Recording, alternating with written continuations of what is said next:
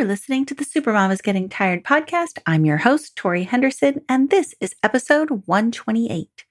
All links and show notes can be found by going to lifecoachingforparents.com/128. Welcome to the Supermom is Getting Tired podcast.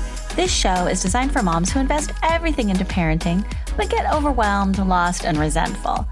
Listen and learn how to unburden yourself, feel calm, full of energy, and in control. I'm your host, Master Certified Life Coach, teacher, and recovering supermom, Tori Henderson.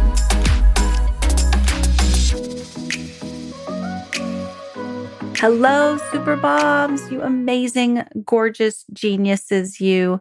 I hope you're having a fantastic summer. I actually am having a really good summer. I had a lot of fun in Europe. That was super great. I got to spend wonderful time with my boy, who's a man now, but I love him so much. And it was so fun to hang out with him. And he just left today and I'm sad. So I've been great. I've also been horrible, like terrible. This Roe v. Wade decision, it was kind of funny. Like at first I was sort of in denial. Like I woke up, was it Monday morning? And I'm just like, whatever. Like I'm sure it was kind of like, I'm sure that's not true. Like I'm sure they just reconfigured something. And then my the first client wanted to talk about it. And I was like, oh, I better look into this. And then my neighbors, out walking my dog, my neighbor's like, I need to talk to you about this. She was bringing flowers to her mom. So then I started reading and I was like, ugh, totally in a funk. So yeah,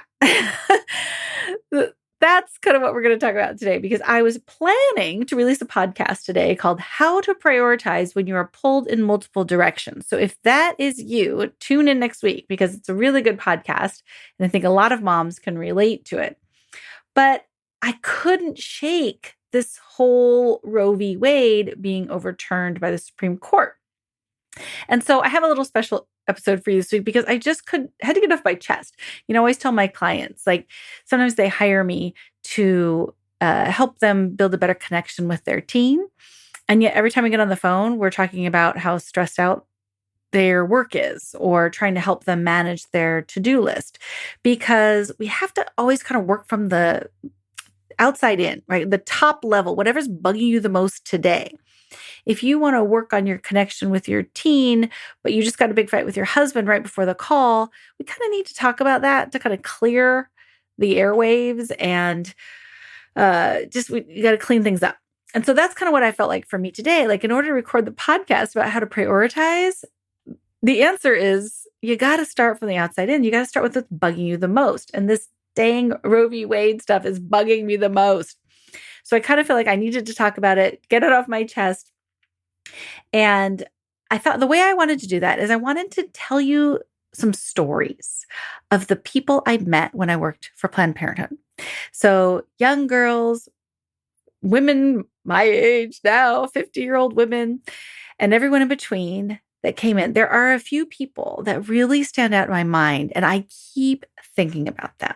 And so I wanted to take this opportunity to just kind of honor them by sharing a few of the stories and giving you kind of an insider's look as to what it's like to work in a Planned Parenthood clinic. So I consider myself politically fluid. There are things I align with on the Republican side of things, the Democratic side of things, and probably even some other extremes. But as I'm fluid, but I am very pro-kid, which means I'm also anti-machine guns. I am very pro-mom, which means I am very pro-choice. I am a life coach. I believe that we deserve to design a life that's right for us and not have other people dictate their ideas of how we should live. So motherhood is hard enough that I have a hard time supporting that anybody should enter into it without feeling 100% up to the task and having loads of support. So I just found that motherhood was like the hardest thing I've ever done. And so I want to really support moms in every way I can because I love children so much. And the best way I can support kids is to give them some happy, healthy mamas. I trust women to make decisions that have children's best interest at heart. I think women are very conscientious And I've seen enough women getting positive pregnancy tests to know that they take this decision seriously. And to continue or terminate a pregnancy should not be a sacred decision between a woman and her state legislature. So I honestly didn't think this would ever happen. I never thought Roe v. Wade would be overturned. And it's weird because as I'm reading, people are like, we saw this coming. We knew this was I was like, we did? Like, I didn't see this coming at all. And the reason is because when I worked for Planned Parenthood, it was the wives and daughters of judges and senators that were the ones taking advantage of our abortion services. So you might be surprised to learn that by and large, in my 3 years or so working in the capital city of California, I worked at a couple different clinics there, that the poor and the disadvantaged young women and girls were more likely to continue their pregnancies, while the educated and advantaged young women were more likely to terminate. So this supports the research that says that the number one way to prevent teen pregnancy, unwanted pregnancy, is to have aspirations for the future. Because when a girl is looking at her future and she doesn't have a clear vision that she's excited about or like a path that everyone kind of expects for her, then she's more likely to step into the future that fate has provided for her. Because, these girls are 17, 18, 19, 20, like they're ready to do something new and different. And so if fate is going to provide them with the opportunity to become a mother and they don't have any other visions of something else that they might want to do, then they often accept that. But when a girl has plans and a vision for her future and pregnancy disrupts those plans, she is more likely to terminate the pregnancy. So I was really surprised that the Supreme Court made this decision.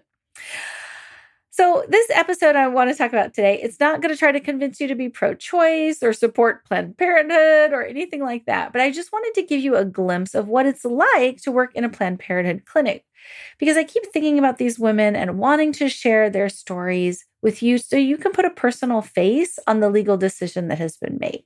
I honestly think everyone should work in a Planned Parenthood clinic for 1 week to expand their mind and heart by stepping into the shoes of others. Just like I think everybody should clean up plastics out of the ocean in Costa Rica for a week because 1, it was super fun and I had a really good time doing it. And 2, it certainly makes you think twice every time you buy something packaged in plastic. So I don't know about you, but I find voting difficult because I want to make an educated decision. And a lot of the things that come on the pamphlet, I don't have personal experience with. And so I don't have like the insider perspective. So I'm hoping that by telling you a few stories about the women I met, that'll give you some more insight than you had yesterday. And maybe it can help you make good decisions when you're voting that are right for you. And you can benefit from my experience and just put a personal face on it. So in my 20s, I worked for Planned Parenthood as a reproductive health specialist and a perinatal coordinator. So the clinics I worked at didn't perform abortions. We did other things. We did pelvic exams, pregnancy tests, STD and HIV tests. We did tubal ligation and vasectomy counseling. Like, if somebody wanted to have a tubal ligation or a vasectomy, then they had to go through this little counseling session first to make sure they understood that it was a permanent decision, stuff like that. And of course, we discussed birth control options and wrote prescriptions for birth control and disseminated condoms and things like that. My job as perinatal coordinator was to work with the women who chose to continue their pregnancy. So it was to make sure that they had access to adequate nutrition, housing, transportation, all the things that they needed to care for a newborn. So we would talk about the dangers of drugs and alcohol. We did some tox screens. We did talked about the benefits of regular medical care. Sometimes I would pick them up and bring them to their appointments or talk about how they could get to their appointments. We looked for anemia, gestational diabetes, that kind of stuff, and made sure they knew where to go to deliver the baby. And they had a car seat so they could bring the baby home and some support and care afterwards. So that was pretty much kind of my job, was to work with these women. But I also did, when I was just a reproductive health specialist, I did the pregnancy tests, the STD counseling, that kind of thing. So I want to talk about 7 women who stand out of my mind, who I probably will never forget because it's been decades and decades now and I haven't forgot them yet. But the first one that comes to my mind was this 13-year-old girl. Some 13-year-olds look very mature for their age, right? They started puberty young, and by the time they get to 13, they're kind of like fully into womanhood. This girl was not. She looked like a scared little kitten. She was so fragile. I don't know if that's the right word, but she was so fearful. And she was 13, and she came in with her mom for a pregnancy test. And by the time she came in, she was already 6 months pregnant. She had been hiding it under a t-shirt, trying not to let her mom know that she was pregnant. And this little, just fragile girl she had spent the first few months, probably in denial. I mean, she's like the kind of girl, 13, like you are mortified to get naked. Like the thought of going to OBGYN is just horrific. Like you don't want to change your clothes in front of people. Like this is an extremely private, modest age. So that's where she was at. The thought of having to take her clothes off for a doctor's appointment was awful. And then the shame that she was wearing, just like this heavy cloak, was palatable. And she came in with her mom, just as a beautiful girl, for a pregnancy test. And there, in my mind, I'm looking at her and I'm thinking, there is no way this was a consensual act, because she didn't look capable of making that kind of decision. She was too young, too naive, where she might have been telling herself in her head that this was something that she caused or created, but there's no way it was. Somebody took advantage of her naivete and her innocence, because she probably didn't even know what the word rape was. She just didn't have that about her. And so she had been with her best friend, who was the only one that knew. She'd been trying to give herself a miscarriage by drinking a margarita every day. And this girl ended up adopting this baby out. And I don't know, we didn't follow up with her, but she came in for the pregnancy test, but then she ended up going to her regular doctor for the remainder of her care. But I will just never forget, because what I took from seeing her was that a 13-year-old, it's just not a age where you can make this a conscious decision. To me, it's just abuse. It just felt like abuse. There was no two ways about it in my gut. Of course, I can't say anything. It's not my role to point it out. But I just remember working at Planned Parenthood, I felt like I got really in touch with my gut instincts. Even though I didn't have the words to put on it, you could feel it. This was abuse. Another opportunity I had to listen to my gut was this mom who came in at about age 47 or 48. And she came to us for a pregnancy test. This is an accomplished professional woman who had her act together. And she came in for a pregnancy test because she did not want to go to her regular doctor, because she did not want him to know that here she was, 47, 48, and pregnant with her 4th child. Her youngest child was just getting ready to go off to college. And I am in that boat right now. So I can totally relate to this mom coming in and going, I can't do it again. I cannot start over. I am about to be an empty nester. I am done with this phase of my life. She said, it would kill my husband. It would ruin my marriage. She's like, I just can't do it. And it was one of those times where I felt in my body that that was the right decision for her. I'm not in a place to say it. She didn't ask me for any coaching or advice. She knew what she wanted, and I could feel the clarity of her decision. It was so clean.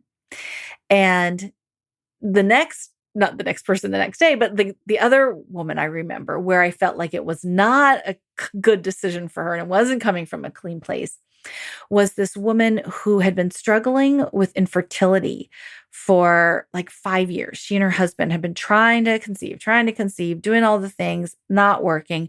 And their marriage was suffering, as many do, right? It was really hard on their marriage. And they kind of broke up for a while. They did like a trial separation for like a month or 2 months, something like that. And then they got back together. Well, during that trial separation, she went out and had a one-night stand with somebody else. I remember her saying of a different race. And it turns out she comes into the clinic 2 months later, she's pregnant. She doesn't know if it's her husband's or this one-night stand, but she didn't want to risk it because the other one-night stand was of a different race.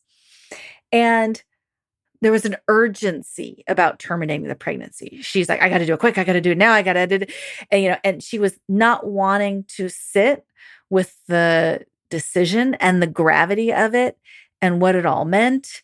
And she's like, well, I guess it's good to know it's him and not me. Like I can still get pregnant and like, at least I have that. But I just felt instinctually that she needed to sit with that decision longer and really be honest with her husband, would be my guess, is what needed to happen.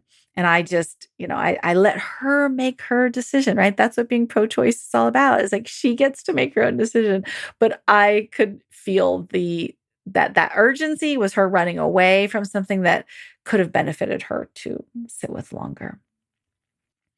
Now, you're probably thinking, I thought it was all young people that went to Planned Parenthood, not 50-year-old women. But it really is. It's something that, because we provided anonymity before HIPAA, now hopefully there's that anonymity going on in other medical practitioners too. But people didn't want their regular doctors to know what was going on for them. But there were plenty of young girls. I remember like girls would come in and they looked 30.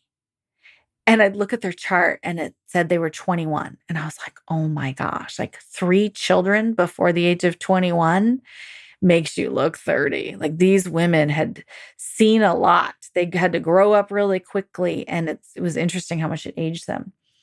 One of the young girls that came through was about, I want to say 15 or 16. And she was pregnant. And she was very excited to continue her pregnancy. Her boyfriend was 21 and had already been a father. He already had a kid from a previous girlfriend. And there were some signs there of physical abuse, which, I don't know if you know, they tends to start when a woman gets pregnant, the abuse, and or escalate when a woman is pregnant. If the man has a predisposition for abuse, then it will exacerbate it with the pregnancy. And so there were some suspicions. We didn't have proof, but we suspected. And so she continued the pregnancy, but the closer she got to her due date, the less supportive her boyfriend became. So I started going to pick her up from her house, or her boyfriend's house. I guess she lived with his family, and bring her to doctor's appointments. I gave her my cell phone so that she could call me if she went into labor, because I told her I would be there in the delivery room because it wasn't looking like she was going to have a lot of support. And she had the baby and was going to live with her boyfriend's family because she said she didn't have any family. Now, I don't know the details of that, but it was concerning, right? Because you take this girl who is in an abusive relationship, probably dependent on him for everything, food, shelter, love, emotional intimacy, physical support, just like helping care for the baby, like everything, in order to kind of help her thrive in her life, had to go through the boyfriend. And a lot of times with boyfriends who are abusive and controlling, they like it that way, right? So if there's a controlling boyfriend situation, he might try to separate them from their friends, from their family, so that he's the only one they're dependent on. And so her having a baby just made her that much more dependent on him, kind of robbed her of her ability to create independent life for herself. Where if she was just a single person, her chances of being able to survive on her own were greater. And so it was just really sad to kind of see her get trapped in this cycle. And she's probably going to end up like his ex-girlfriend with the baby, not living at home and not having the support. So she comes to my mind a lot. There were a lot of teenagers and young women who, said whatever, 16 to 20 years old, who came through, who would have the babies, and then they would come afterwards for follow-up care. And so we were always very excited to get to meet the babies for the first time, and we'd hold them and fawn all over them and ask them, what their name and how their delivery was and what it was like to give birth, and giving them opportunity to tell their birth story. And some of these girls, lit up. They really enjoyed the chance to kind of tell their story, and they appreciated having somebody care and show interest. And everybody who worked in our clinic was so excited for them. But more often than not, these girls were numbed out. So it was like they couldn't bond with their babies. They would do everything they could to not hold them. They would put them in their car seat and prop the bottle up so that the babies could feed themselves. And I'm talking about 4-week-old babies, like brand newborns. If they held them, they wouldn't look at them in the eye. They would look away from them, or just hold the babies to face out instead of in. And so a lot of the work that we did at Planned Parenthood was giving them permission to kind of break open a little bit and crack the hard shell. And so sometimes they were cold because they were dealing with postpartum depression. Some of them were cold towards their babies because their moms were cold towards them, that their love tank was empty. So they didn't receive enough love. So how could they give it away?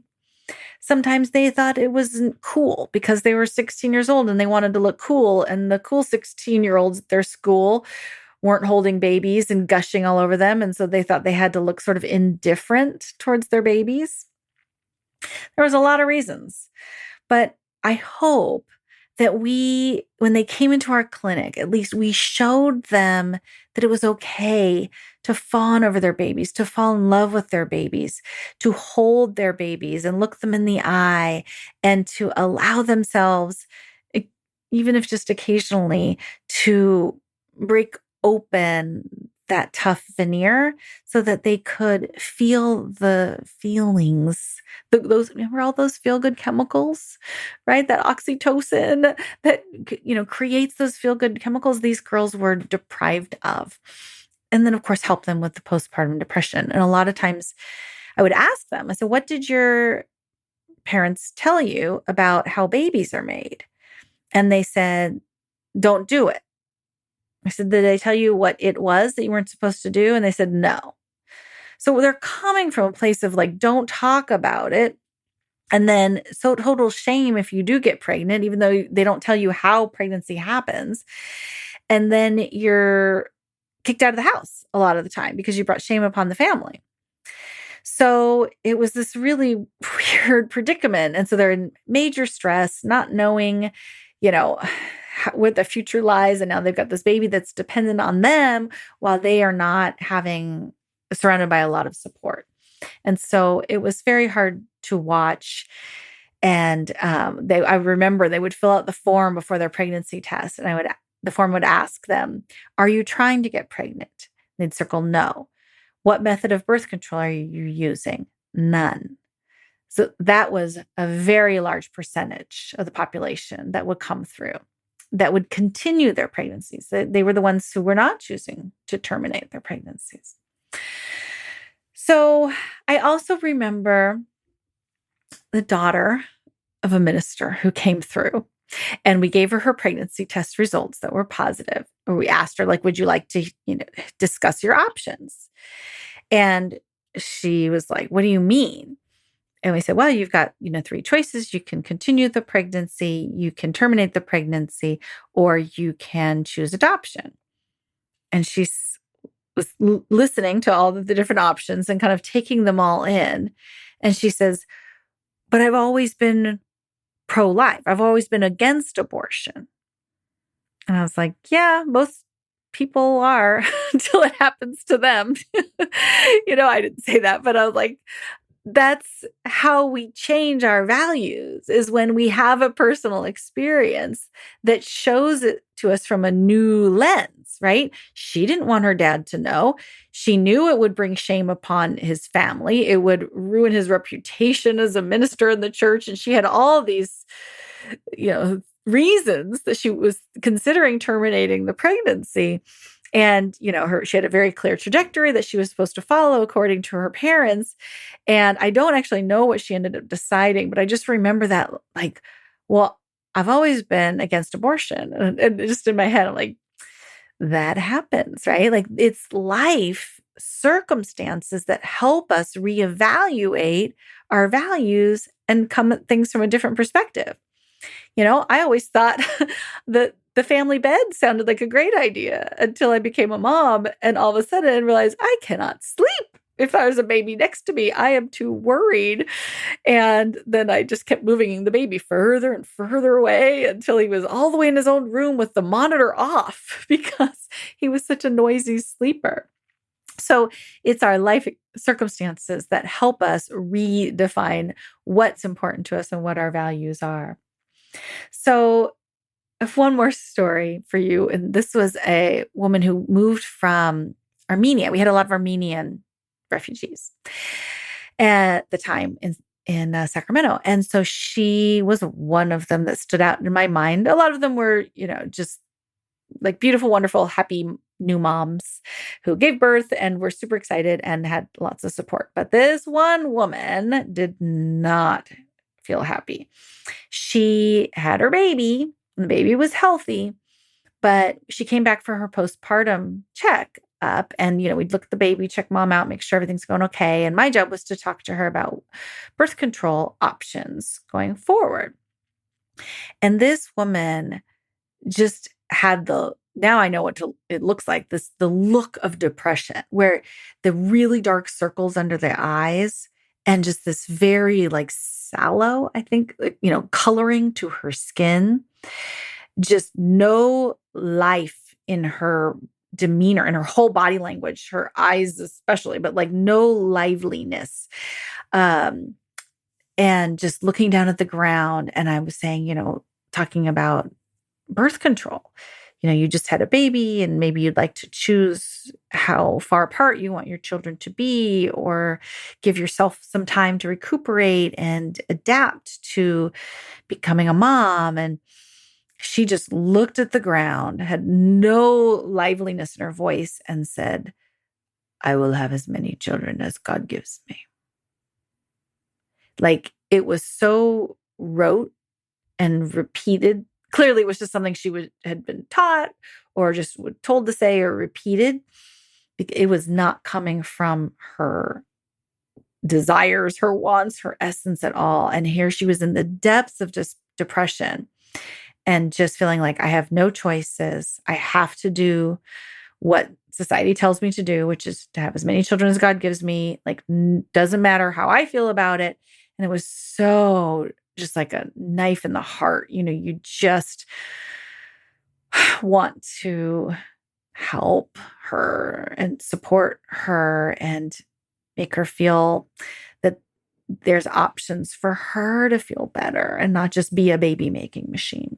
So I hope that these stories will help you care about these women as much as I cared about them and kind of see things from their perspective. It was such a warm and loving place to work. I hope that as a country, we can still provide places where factual and unbiased information is given, where you can hear about options without anybody giving you their judgment or their opinion. I had thoughts and opinions and judgments, but I did not show them. That wasn't my job, right? My job was just to present the facts and sometimes help them make decisions that were right for them. We had like different strategies for making decisions because when it's a big, important decision, you want to make sure it's right for you. So I hope that our country will still provide safe, quality medical care. I mean, we know from our history that just because you make abortions illegal does not mean that puts them to a stop. It just means that they become dangerous for women. So we know that historically. So that is concerning for me. But I'm hoping that the environment that I worked in, where it was so warm and loving, filled with women who care about girls and moms and babies and helping them make choices that are right for them, that I hope that that will continue. One of the best things about working at one of the clinics I worked at was that the midwife who did all the exams, she would bring her baby and she had her youngest baby was in a front pack. And she would do pelvic exams and pap smears and everything with the little baby just sitting there. She'd sometimes turn him out, sometimes face him in. But he was so cute. And it was just it made it feel like a small little kind of like a village, just this community that was, we had the baby there and we would take turns. We had a little playpen in the office and I'd carry him around and I would do my appointments while holding the baby and we'd pass him around for like the first 6 months of his life. He got to be a part of this and it just created this environment that was super supportive for all of these women to come through. So I hope that that never ends. Today's Supermom Kryptonite is what I call buffering with optimism. Now, I see clients doing this sometimes where they avoid negative emotions by having optimistic thoughts. I did not realize I was doing that when it came to Roe v. Wade and just the Supreme Court decisions and the changes in our country that I don't like being worried about the state of our country and that some of our rights are going to be taken away and that we're going to become more controlling and we're going to take away our freedoms. I don't like to believe that. And so I stay very optimistic. And I think that is a detriment to me sometimes because it may prevent me from taking appropriate action. If I believe everything's going to be just fine, I might not advocate as much as I should and stand up for what I believe in and donate to causes that I believe in and call my senators and all these kinds of things. So sometimes buffering with optimism is a negative because it's kind of like the same thing as being in denial, where you don't actually get to address what's really going on. And then when you find out and you come out of denial, it feels like a bit of a slap across the face and it sends you down a little negative spiral, like it happened to me earlier this week. So today's Supermom Kryptonite is buffering with optimism. So watch out for that. Try and stay in reality and not just assume everything's going to be okay if it's not working for you. Okay, so that's the question you want to ask. Like, is this serving me or is it not? And sometimes it actually keeps us from avoiding feeling negative emotions or taking productive action. Today's Supermom Power Boost is this app that's called How We Feel. I absolutely love it. I have been using it a lot this week because I've been feeling ugh. Do you ever wake up and you're just like, ugh? What are you feeling? I don't know. Just bleh. So this app, I love it because first of all, it's bright and colorful. Second of all, when I open it, it asks me to check in. It's like this weird thing where it's like, check in. And it asks me, how are you feeling this afternoon? And it's this funny thing where I feel like, oh, somebody cares. Somebody wants to know. Isn't that lovely? And then I like that it says, tap the color that best describes how you feel right now and has 4 categories. So you can say, it says high energy, unpleasant, low energy, unpleasant, high energy, pleasant, or low energy, pleasant. And I just like how it divides it up because you can usually figure this out, right? Like this is kind of a general way to start. If you're like, I don't know what I'm feeling, but you can usually narrow it down to one of these four. And then you tap on it and it gives you all these choices. Focused, curious, eager, enthusiastic would be high energy, pleasant, or low energy, unpleasant. Might see discouraged, disengaged, fatigue, meh is one of the options, bored, disappointed. And so it's just one of these funny things where when you can articulate and name your own emotion, first of all, it helps you feel heard. It helps you feel seen and felt like, oh, okay, I can identify my own emotions. It means like I'm paying attention to me and I'm connecting with me and what I want. But then it also, when you can name it, you can contain it. It's like, oh, I'm feeling disappointed. Well, okay, I felt disappointed before. That's not a big deal. Where if you can't name it, it feels sort of really big and out of control. And you're like, oh, I'm just feeling terrible and awful and I don't know what's going on. But then if you can like label it, you're like, I'm feeling disengaged and discouraged. You're like, okay, there's something I can do with that. I don't know. It just feels really good. So I highly suggest you check out this free app called How We Feel. Today's quote of the day is from Ruth Bader Ginsburg. The argument was, it's her right to decide either way, her right to decide whether or not to bear a child. This is something central to a woman's life, to her dignity. It is a decision she must make for herself. And when the government controls that decision for her, she is being treated as less than a full adult human responsible for her own choices. Thanks so much for listening today. I mean, really, I thank you very, very much for listening today. I will love you and leave you and wish you well. I hope you'll tune in next week for how to prioritize when you're being pulled in multiple directions. Take care, super moms. Have a great day. Want a free life coaching session? Go to lifecoachingforparents.com and schedule yours today. And thank you so much for listening. I would love it if you would subscribe and share these podcasts with your friends. If you have a question you'd like me to answer on the air, go to lifecoachingforparents.com/record-my-question, and you can send me a voicemail recording or write me an email, and I'll answer it on the air. Thanks again. Have a great day.